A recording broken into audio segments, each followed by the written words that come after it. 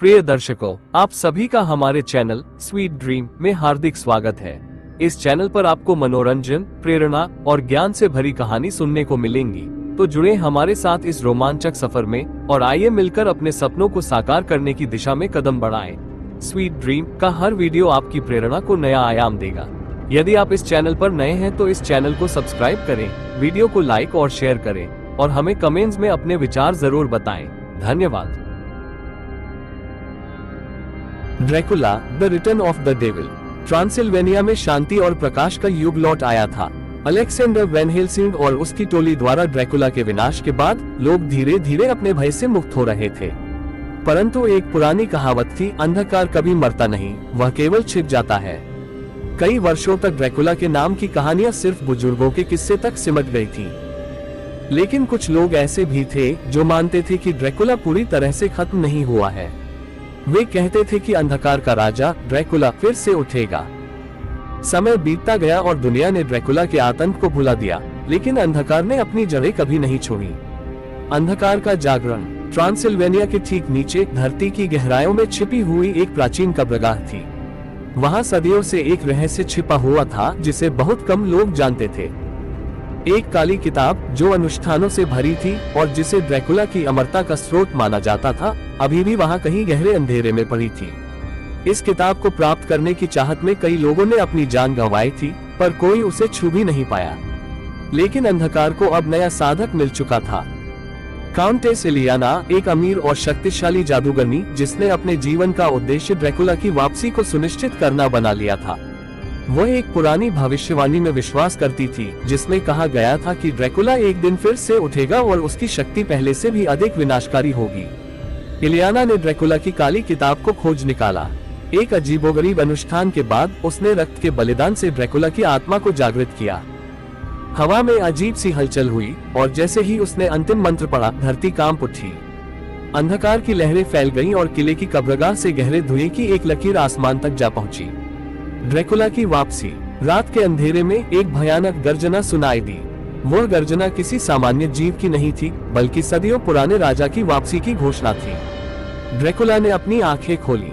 वो फिर से जीवित हो चुका था, इस बार और भी अधिक शक्तिशाली और पहले से कहीं अधिक खतरनाक। उसके अंदर वही अमरता की भूख थी, लेकिन अब उसका उद्देश्य पहले से बड़ा था। इलियाना ने ड्रैकुला के सामने सिर झुकाकर कहा, स्वागत है मेरे स्वामी। दुनिया फिर से आपके अधीन होने के लिए तैयार है।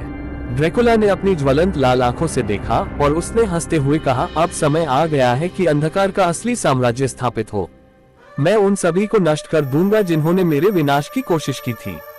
नई चुनौती। अलेक्जेंडर वैन हेल्सिंग अब बूढ़ा हो चुका था। ड्रैकुला के विनाश के बाद उसने अपने जीवन को शांतिपूर्ण ढंग से जीने की सोची थी, परंतु उसकी रगों में बहने वाला रक्त उसे कभी चैन नहीं लेने देता था।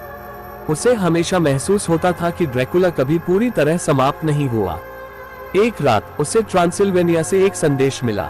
गांव में फिर से डर का माहौल फैलने लगा था। अजीब घटनाएं हो रही थी, लोग गायब हो रहे थे और उन जगहों पर केवल खून के धब्बे मिलते थे। जैसे ही अलेक्जेंडर ने वह संदेश पढ़ा, उसके दिल में एक सिहरन दौड़ गई। वह जानता था कि यह संकेत ड्रैकुला की वापसी का था। इस बार अलेक्जेंडर अकेला नहीं था। उसने अपने बेटे लियाम वैन हेल्सिंग को ड्रैकुला के खिलाफ लड़ाई के लिए तैयार किया था। लियाम एक साहसी योद्धा था जिसने अपने पिता की तरह ही पवित्र शस्त्रों का ज्ञान हासिल किया था। उसने अपने पिता से ड्रैकुला की कहानियां सुनी थी, लेकिन अब वह खुद इस काले साए से लड़ने जा रहा था। लियाम ने अपनी टोली तैयार की जिसमें उसकी साथी सोफिया, एक युवा और साहसी जादूगरनी थी जो अंधकार की जादुई शक्तियों से लड़ने में निपुण थी। वे जानते थे कि यह लड़ाई पहले से कहीं अधिक कठिन होगी, क्योंकि ड्रैकुला इस बार और भी ताकतवर बनकर आया था। अंतिम युद्ध की तैयारी। ड्रैकुला का आतंक पूरे ट्रांसिल्वानिया में फैलने लगा था। गांवों में फिर से भय का माहौल था।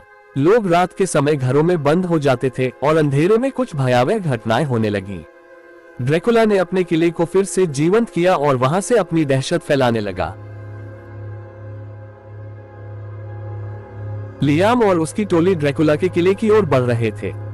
इस बार उन्हें अपने पिता द्वारा खोजी गई प्राचीन किताब और मंत्र की मदद से ड्रैकुला को हराने का एक और तरीका पता था, लेकिन वह मंत्र पहले से कहीं अधिक खतरनाक था। यह आखिरी मौका है, लियाम, अलेक्जेंडर ने अपने बेटे से कहा। ड्रैकुला को हमेशा के लिए खत्म करने का समय आ गया है। अगर वह फिर से जीवित रह गया तो दुनिया उसे रोक नहीं पाएगी। ड्रैकुला और वैन हेल्सिंग की आखिरी जंग। जैसे ही लियाम और उसकी टोली ड्रैकुला के किले में पहुंचे, वहां का माहौल और भी भयानक हो गया। किले के अंदर घुसते ही उन्हें महसूस हुआ कि ड्रैकुला की शक्ति पहले से कहीं अधिक घातक हो चुकी थी। किले के चारों ओर जादुई जाल बिछे थे, जो किसी भी बाहरी शक्ति को भीतर घुसने से रोकने के लिए बनाए गए थे। लेकिन लियाम और सोफिया तैयार थे। सोफिया ने अपने जादुई मंत्रों से उन जालों को काटा और वे धीरे धीरे ड्रैकुला के मुख्य कक्ष तक पहुंच गए। वहां सिंहासन पर बैठे ड्रैकुला ने उन्हें देखा और हंसते हुए कहा, तुम वैन हेल्सिंग्स कभी हार नहीं मानते, लेकिन इस बार मैं तुम्हें पूरी तरह खत्म कर दूंगा।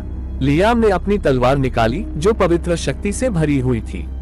उसने कहा, ड्रैकुला, तुम्हारा अंधकार अब खत्म होने वाला है।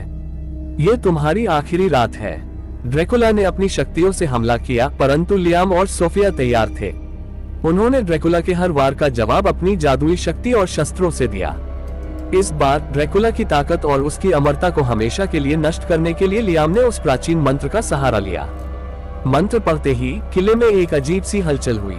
अंधकार के बादल किले के चारों ओर मदर आने लगे और ड्रैकुला की चीखों से वातावरण गूंज उठा। धीरे धीरे उसकी शक्ति कमजोर पड़ने लगी और वह धूल में बदलने लगा। अंततः ड्रैकुला का अंत हो गया। उसकी आत्मा हमेशा के लिए अंधकार में विलीन हो गई। अंधकार का युग खत्म हुआ। लेकिन क्या सच में यह अंतिम बार था?